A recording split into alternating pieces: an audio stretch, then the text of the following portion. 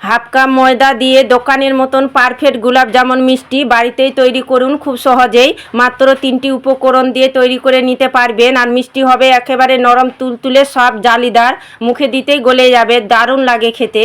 আর যেমন রসালো আর নরম তুলতুলে তেমন কিন্তু খেতে ভীষণ ভালো লাগে। একবার যাকে বানিয়ে খাওয়াবেন সে খেয়ে কিন্তু অবাক হয়ে যাবে, এতটা খেতে দারুণ লাগে। নমস্কার বন্ধুরা, প্রতিমা কিচেন ভিলেজ ফুডের নতুন ভিডিওতে সকলকে স্বাগত জানিয়ে আজকে রেসিপিটা শুরু করছি। আর আজকে আমি আপনাদের সঙ্গে শেয়ার করব হাফ কাপ ময়দা দিয়ে দোকানের মতন পারফেক্ট গোলাপ জামুন মিষ্টি তৈরি করে দেখাবো। মিষ্টি খাওয়ার ইচ্ছে করলে কেনই বা দোকান থেকে মিষ্টি কিনে খাবেন, ঘরে খুব সহজে কম খরচের মধ্যে তৈরি করে নিতে পারবেন। আর দোকানে চাইতে কোনো অংশে খেতে কিন্তু কম হবে না, খেতে কিন্তু দারুণ লাগে। তো চলুন সহজভাবে বানিয়ে দেখাবো। তো কীভাবে বানাচ্ছি বন্ধুরা স্কিপ না করে পুরো ভিডিওটা দেখবেন। আশা করি আজকে রেসিপি দেখতে আপনাদেরকে ভীষণ ভালো লাগবে। আর যে সকল বন্ধুরা এখন পর্যন্ত চ্যানেলে নতুন হয়ে থাকলে প্লিজ চ্যানেলটিকে সাবস্ক্রাইব করে আমার পাশে থাকবেন। আর যারা যারা ফেসবুক পেজটাকে দেখছেন তারা পেজটাকে ফলো করে আমার পাশে থাকবেন। তাহলে বন্ধুরা গোলাপ জামুন মিষ্টিটা বানানো শুরু করি। গোলাপ জামুন মিষ্টিটা তৈরি করিবার জন্য নিয়েছি আমি হাফ কাপ ময়দা। আপনারা চাইলে আটা দিয়ে তৈরি করে নিতে পারেন, খেতে কিন্তু একই রকমই লাগবে, কোনো অসুবিধা নেই। আর হাফ কাপ নিয়েছি আমি গুঁড়ো দুধ। যতটা নিয়েছি আমি এখানে ময়দা অতটাই নিয়েছি আমি গুঁড়ো দুধ। আর এখানে নিয়েছি খাবার সোডা। তবে এইভাবে করে 2 আঙুলে চিমটি করে যতটা উঠবে অতটাই কিন্তু দেব। দেখুন 1 চিমটি দেব, এর থেকে বেশি দিতে যাবে না, নাহলে আবার মিষ্টিগুলো ফেটে যাবে। আর দিয়ে দেবো 1 চামচ ঘি।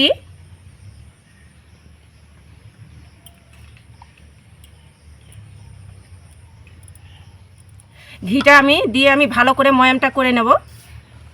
এইভাবে করে ঘুষে ঘুষে ময়াম করে নিতে হবে। ঘিটা দিয়ে খুব ভালো করে ময়ামটা করে নিয়েছি। আর এইভাবে করে মুঠো করবেন, দেখুন মুঠোর মধ্যে চলে আসছে। আবার ভেঙে দিলে কিন্তু আবারও গুঁড়ো হয়ে আছে। ঠিক এইভাবে করে ময়ামটা করে নিতে হবে। আর দেখে তো নিশ্চয়ই বুঝতে পারছেন, ঠিক এইভাবে করে ময়ামটা করে নিতে হবে। এবার অল্প অল্প জল দিয়ে মেখে নেব। আপনারা চাইলে দুধ দিয়েও মেখে নিতে পারেন, কোনো অসুবিধা নেই।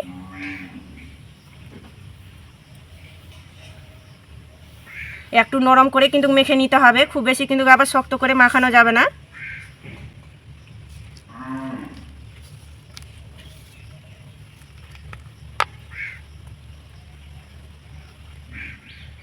তো দেখুন অল্প অল্প জলটা দিয়ে মেখে নিয়েছি। আর একটু দেখুন আঠালো করে মেখে নিয়েছি।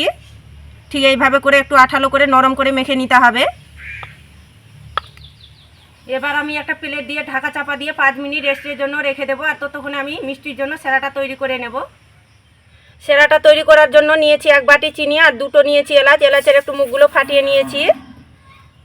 আর 1 বাটি মাপ করে দিয়ে দেবো 1.5 বাটি জল।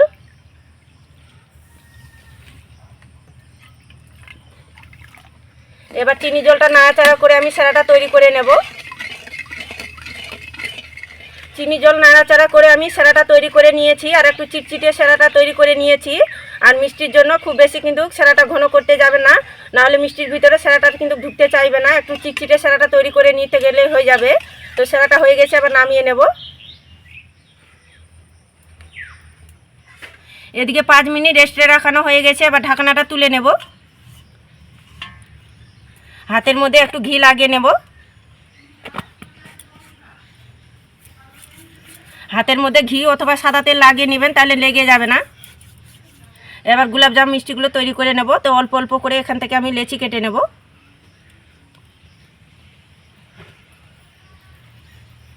হাতের মধ্যে দেখুন এইভাবে করে গোল করে নেব। মিষ্টিগুলো আমি যেহেতু গোলাপ জাম তৈরি করছি তার জন্য কিন্তু গোল করে তৈরি করব। আপনারা চাইলে লম্বা করেও তৈরি করে নিতে পারেন নিজেদের পছন্দ মতো করে। দেখুন হাত দিয়ে খুব ভালো করে গোল করে নিয়েছি। আর মিষ্টির গায়ে যেন ফাটল দাগটা যেন না থাকে। দেখুন গাটা কিন্তু ছলছল মিষ্টির, এইভাবে করে তৈরি করে নিতে হবে। একটা প্লেটের মধ্যে রেখে দেব। আর একইভাবে করে মিষ্টিগুলো তৈরি করে নেব। তো দেখুন একইভাবে করে তৈরি করে নিলাম, আর একটা তৈরি হয়ে গেল।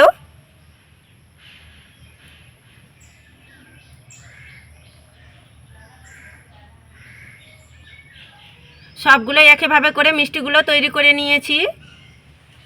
মিষ্টিগুলো ভাজার জন্য কড়াইয়ের মধ্যে সাদা তেল গরম করে নিয়েছি। আর তেলটাকে হালকা গরম করে নিতে হবে। এবার ভেজে নেব। এবার আমি একে একে তেলের মধ্যে ছেড়ে দেব। আর দেখুন তেলটা হালকা গরম করেছি, হালকা বুদবুদানি উঠছে, সেভাবে কিন্তু ছাড়তে হবে। অতিরিক্ত গরম তেলের মধ্যে ছাড়তে যাবে না, তাড়াতাড়ি কালার চলে আসবে আর ভিতরে কাঁচাও থেকে যাবে মিষ্টিগুলো।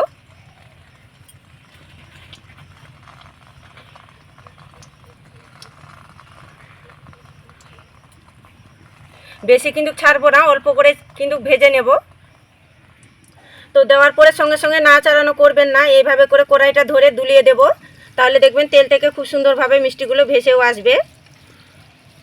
আর খুন্তি দিয়ে নাড়াচাড়ানো করলে মিষ্টিগুলো ভেঙেও যেতে পারে। এবার উনুনের আঁচটা বাড়িয়ে আমি ভেজে নেব। কিছুক্ষণ হয়ে এসেছে, এবার উল্টে পাল্টে দেব।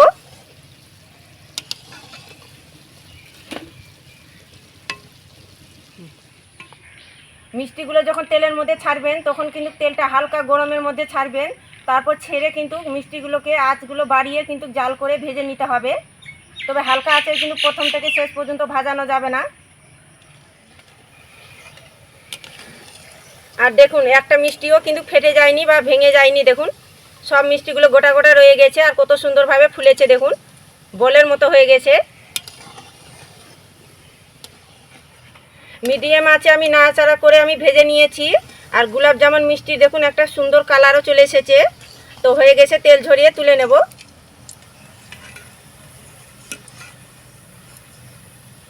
আর মিষ্টিগুলো দেখতে দেখুন কি দারুণ লাগছে। একটা প্লেটের মধ্যে তুলে নেব। সবগুলো মিষ্টি একইভাবে করে ভেজে নিয়েছি। এবার সেরার মধ্যে মিষ্টিগুলো দিয়ে দেব। খুন্তিটা দিয়ে একটু উল্টে পাল্টে দেব।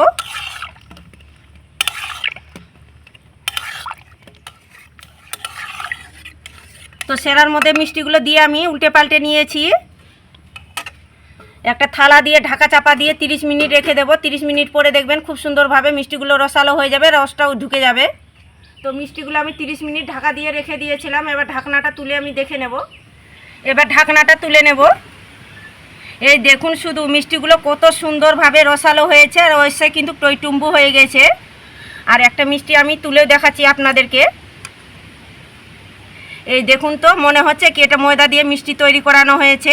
দোকানের চাইতে কতটা পারফেক্ট তৈরি হয়েছে দেখুন, মিষ্টি দেখে তো মন ভরে যাচ্ছে।